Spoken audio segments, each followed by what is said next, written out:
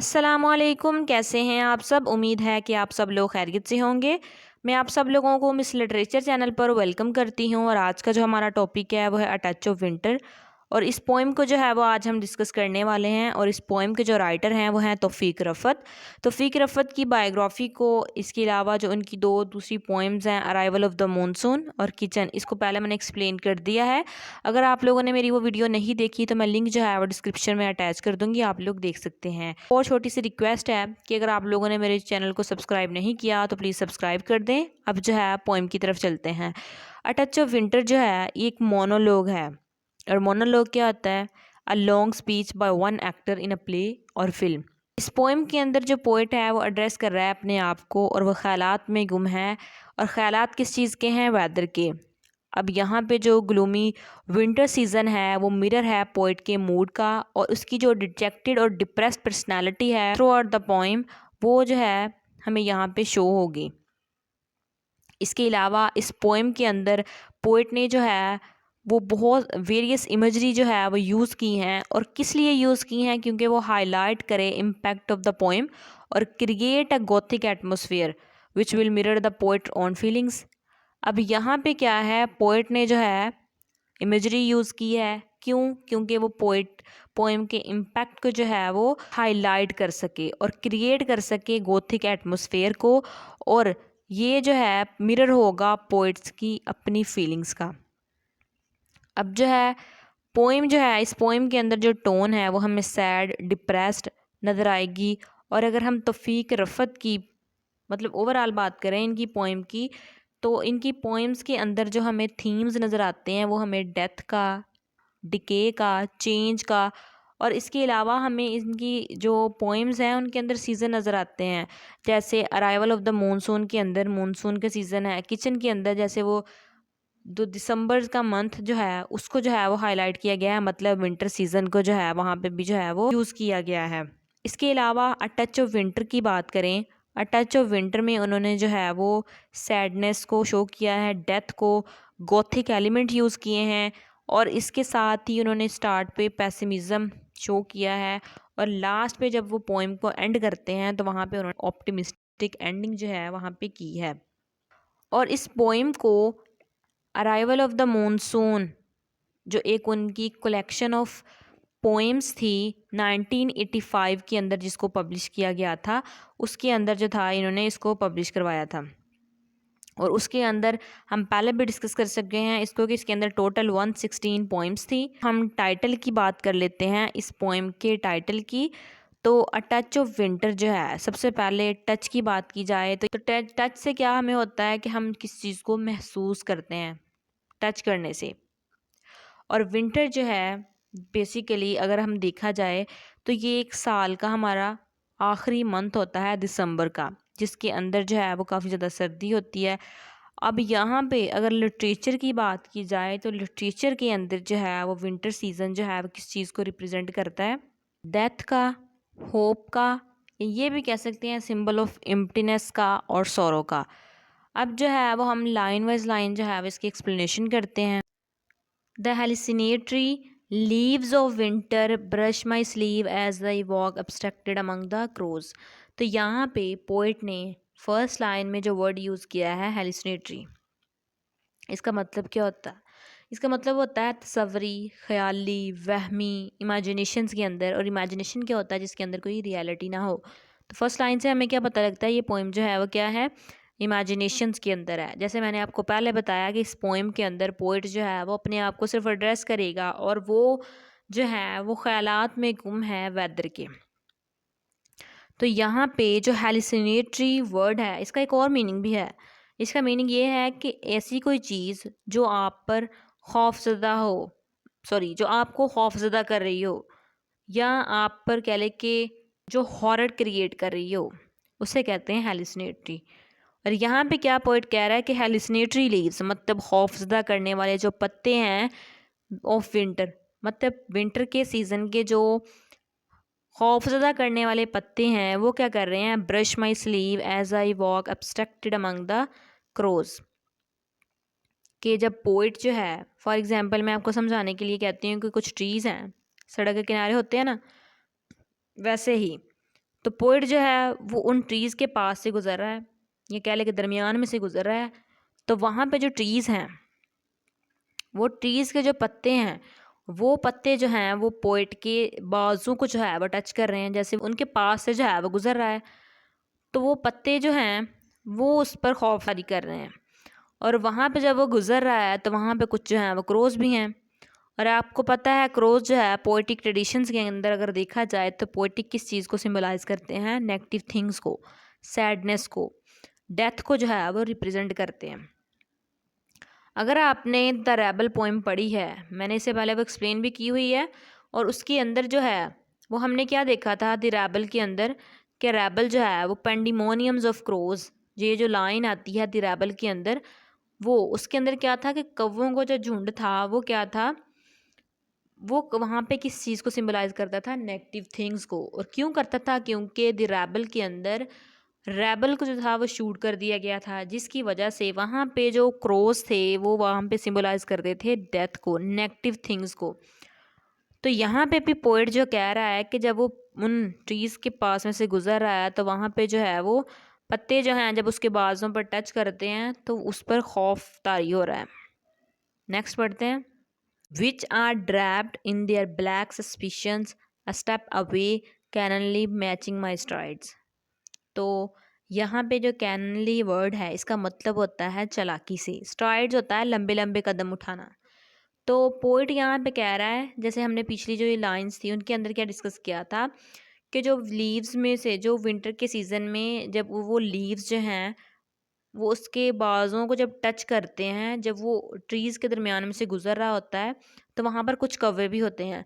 अब वही कौवे जो हैं वो उसका पीछा कर रहे हैं और बड़ी चालाकी से उससे जो है वो लंबे लंबे कदम उठा रहे हैं। अब यहाँ पे जो ब्लैक सस्पिशंस का वर्ड यूज़ किया गया है वो आप ये कह लें कि spooky birds. Spooky birds mean, spooky होता है भूतिया, मतलब साया। जो ब्लैक सस्पिशंस है यहाँ पे मतलब उनका काला साया जो है, मतलब कौवों का। तो यहाँ पे अगेन जो है वो ब्लैक वर्ड यूज़ किया गया है, जिसका मतलब है कि जो किस चीज़ को सिंबलाइज कर रहा है, कह रहे हैं कि सैडनेस को। तो इन लाइंस के अंदर ये जो पोइट ने फर्स्ट लाइंस जो है वो एक्सप्लेन की, इसके अंदर हमें क्या टोन नज़र आई है, गोथिक टोन जो है वो पोइट ने कह लें कि फर्स्ट लाइंस के अंदर शो करवाई है। जैसे कि उसने जो ऑब्जेक्ट्स यूज़ किए हैं जैसे लाइक क्रोज, हेलुसिनेटरी लीव्स, और इसके साथ ही अब जो उसने जो है ब्लैक सस्पिशंस का जो वर्ड यूज़ किया गया है, तो इससे हमें जो है पोइट की गोथिक टोन जो है वह नज़र आती है। नेक्स्ट है a litmus wind which turns my red lips blue has burned and launch the leaves. अब यहाँ पे जो लिटमस वर्ड है, लिटमस क्या होता है कि एक पेपर होता है जो कि केमिकल कम्बिनेशन से बना होता है, और लिटमस को जो है वो यूज़ किया जाता है टेस्ट के लिए। और टेस्ट कहाँ पे होता है, ये केमिस्ट्री के अंदर जो है वो टेस्ट के लिए यूज़ किया जाता है कि आया कि जो सोल्यूशन है वो एसिडिक है या बेसिक है। अगर तो वो सोल्यूशन जो है वो टर्न्स हो जाए रेड कलर के अंदर तो वो क्या होता है, एसिडिक होता है।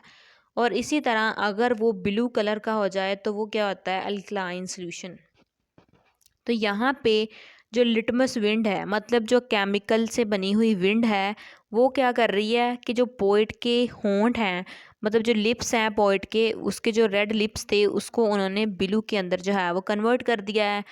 Has burned and launch the leaves. Launch का मतलब क्या होता है, किस चीज़ का, उड़ाना। तो यहाँ पे जो लिटमस विंड है वो क्या कर रही है, लीव्स को जो है वो उड़ा रही है। तो यहाँ पे अगर ब्लू देखा जाए तो ब्लू वर्ड जो है वो लिटरेचर के अंदर जो है वो किस चीज़ को सिंबलाइज करता है, अगेन जो है वो सैडनेस को यहाँ पे सिंबलाइज कर रहा है। कि जो विंड थी, जो केमिकल से बनी हुई विंड है, वो जो है पोइट के रेड होंठों को जो है वो ब्लू के अंदर जो है वो कन्वर्ट कर रही है। और जो लीव्स हैं उनको जो है वो उड़ा रही है, मतलब हवा चल रही है ना, तो हवा के चलने की वजह से जो लीव्स हैं वहाँ पे जो पत्ते हैं वो क्या है, वो उड़ रहे हैं। और जो ठंड की वजह से, वो जो ठंडी हवा है उसकी वजह से पोइट के जो होंठ हैं वो ब्लू के अंदर जो है वो कन्वर्ट होते हैं। और अगर देखा जाए जब किसी आदमी को जहर दिया जाता है या उसकी वैसे कोई डेथ हो जाती है तो कई लोगों के जो होंठ होते हैं ना वो ब्लू हो जाते हैं। तो अगेन यहाँ पे डेथ को जो है वो सिंबलाइज कर रहा है। With a human perpetuity its slick and whorish arm cares me here and here. अब यहाँ पे पोइट ने जो वर्ड परपेचुइटी यूज़ किया है उसका मतलब क्या होता है? उसका मतलब होता है अखलाकियात। अब यहाँ पे पोइट जो है वो जो विंटर सीज़न की जो विंड है उसको इंसान की जो अखलाकियात है ना उसके साथ कंपेयर कर रहा है। कहते हैं ये स्लिक कर देती हैं, मतलब क्लियर कर देती हैं। क्लीवर नहीं, मैंने वहाँ यहाँ पे बोला क्लियर वर्ड बोला है कि ये क्लियर कर देती है। And whorish arm cares me here and here, मतलब ये क्या है, केयर करती है कि जो इंसान की जो अखलाकियात हैं वो हवा के अंदर उसने जो है वो शो करवाई हैं हमें कि ये जो है वो मेरी क्लियर कर देता है और मेरी केयर करता है। यहाँ पे जो हेयर एंड हेयर का वर्ड यूज़ किया गया है, ये जो है पोइट ने एक स्प्रिंकल्स इमेजरी यूज़ की है यहाँ पे किमुलेट करने के लिए रीडर्स की इमेजिनेशंस को। ठीक है, नेक्स्ट है now the ground Burns with a littered 5 pointed glory of maple. यहाँ पे क्या है, पोइट कह रहा है कि जो ग्राउंड है वो किस चीज़ से बर्न हुआ है?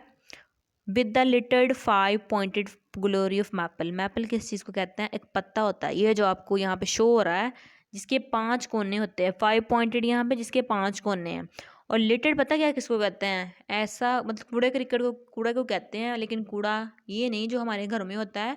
जब आप कहीं पर भी बैठ के, फॉर एग्जांपल आप स्कूल में होते थे, स्कूल में बैठ के खा पी के वहीं ग्राउंड में कुछ चीज़ें फेंक देते थे ना, तो वो पब्लिक प्लेस पे जो कूड़ा वगैरह होता है ना उसको हम लिटर कहते हैं, उसके लिए हम लिटर का वर्ड यूज़ करते हैं। तो यहाँ पे क्या कहता है कि जो ग्राउंड है ना वहाँ पे क्या है, मैपल्स लीव है। मैपल्स के जो पत्ते हैं ना वो बिखरे पड़े हैं और लिटर का वर्ड साथ में यूज़ कर दिया है। तो यहाँ पे अगेन जो पोएट जो हैं वो क्या कर रहे हैं, मैपल वर्ड को जो है वो कंपेयर कर दिया यहाँ पे। लेकिन अगर हम मैपल वर्ड देखा जाए तो ये साइन किस चीज़ का होता है? साइन होता है लव का। आप ये भी कह सकते हैं कि ये बैलेंस के लिए भी साइन यूज़ होता है। तो यहाँ पे जो पोइट है उसने कह लें कि ऑप्टिमिस्टिक एलिमेंट्स जो हैं को पैसिमिस्टिक एलिमेंट के साथ जो है वो चेंज कर दिया है। कि उसने पोइट ने जो है एक मैपल का वर्ड जो है जो कि साइन था लव का, उसको जो था वो लिटरेड के साथ जो है वो कंपेयर कर दिया है। अब देखेंगे जो ग्राउंड था वो किस चीज़ से भरा पड़ा है? मैपल लीव से। किस तरह है? जैसे कूड़ा क्रिकेट जो है वो फैला हुआ है ग्राउंड के ऊपर, और किस वजह से है? इस विंड की वजह से। अब नेक्स्ट जो है ये लीव्स कहाँ बिखरे पड़े हैं, नेक्स्ट देखते हैं। And the pound is picked up by the edges abruptly and shaken like अ रग। रग कहते हैं कलीन को। तो यहाँ पे पोइट कह रहा है कि जो मैपल लीव्स थे वो क्या हैं, वो पॉन्ड्स के किनारे, मतलब उसके जो एजिज हैं, उसके जो किनारे हैं उस पर वैसे पड़े हुए हैं जैसे किसी ने एक कलीन को जो है वो किसी ने झाड़ा हो। मतलब जैसे हम कलीन को झाड़ते हैं तो वहाँ से मिट्टी निकलती है, गंद वगैरह निकलता है ना, तो वैसे ही कहता है कि जो पॉन्ड्स है ना उसके किनारे जो है पत्ते ऐसे पड़े हुए हैं जैसे किसी ने कलीन को जो है ना वो झाड़ा हो। सच alchemy as the time and my moods commands reoccurs each day। अब यहाँ पे जो अल्कमी वर्ड यूज़ किया गया है उसका मतलब क्या होता है? एक ऐसा टूल होता है जिसके थ्रू जो है वो लोहे की चीज़ों को गोल्ड के अंदर जो है वो कन्वर्ट किया जाता है।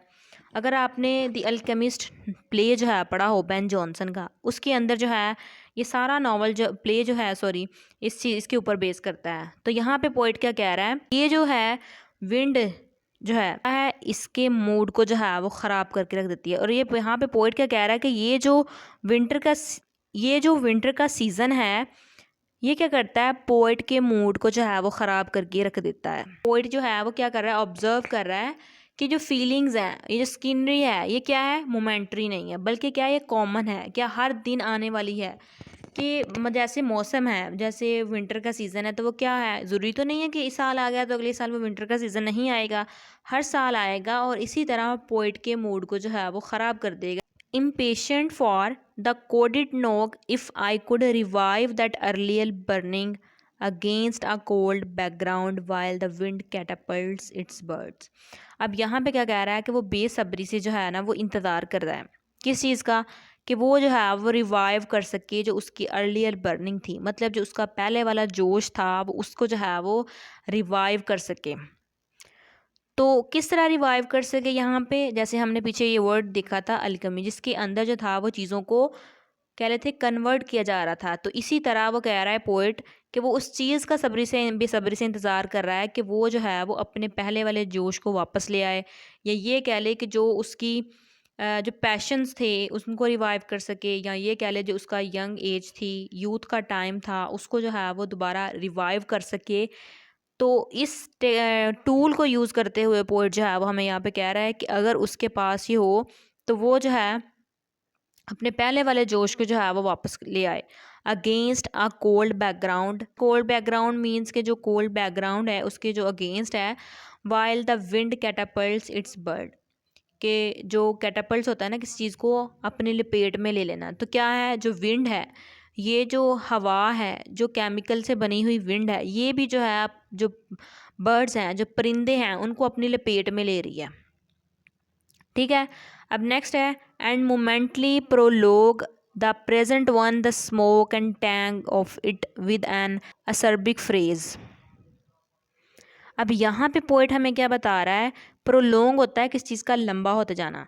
यहाँ पे क्या कहता है कि जो प्रेजेंट टाइम है वो क्या है, उसके लिए वो लंबा होता जा रहा है। स्मोक होता है जैसे सर्दियों के मौसम में जो है वो स्मोक आपने देखी हो। Tang of it with an Arabic face, क्या होती है, एक तलख कलामी है कि एक तलख कड़वे सच की तरह लग रही है।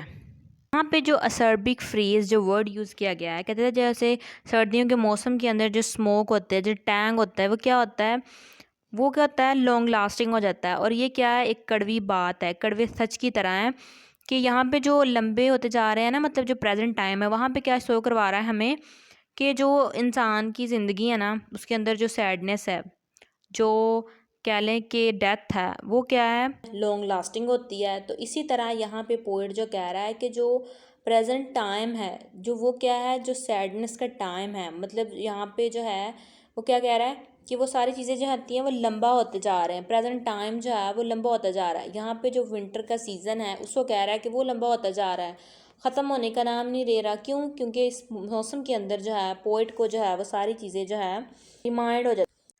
लास्ट लाइन है there would be a hope a granite experience may outlast these lynch days. Lynch days कहते हैं बुरे दिन को। तो यहाँ पे पोइट क्या कह रहा है कि जो यहाँ पे होप अभी भी जो है ना वो ज़िंदा है कि हमारे जो बुरे दिन है ना वो ख़त्म होंगे। उम्मीद बाकी है कि बुरे दिन जो है ना वो हमारे ख़त्म हो जाएंगे, मतलब अच्छे की उम्मीद जो है ना वो अभी भी है। तो यहाँ पे पोइट जो है वो हमें ये समझाने की कोशिश कर रहा है कि जो है ना वो हमें हमेशा जो है ना वो अच्छे की उम्मीद रखनी चाहिए।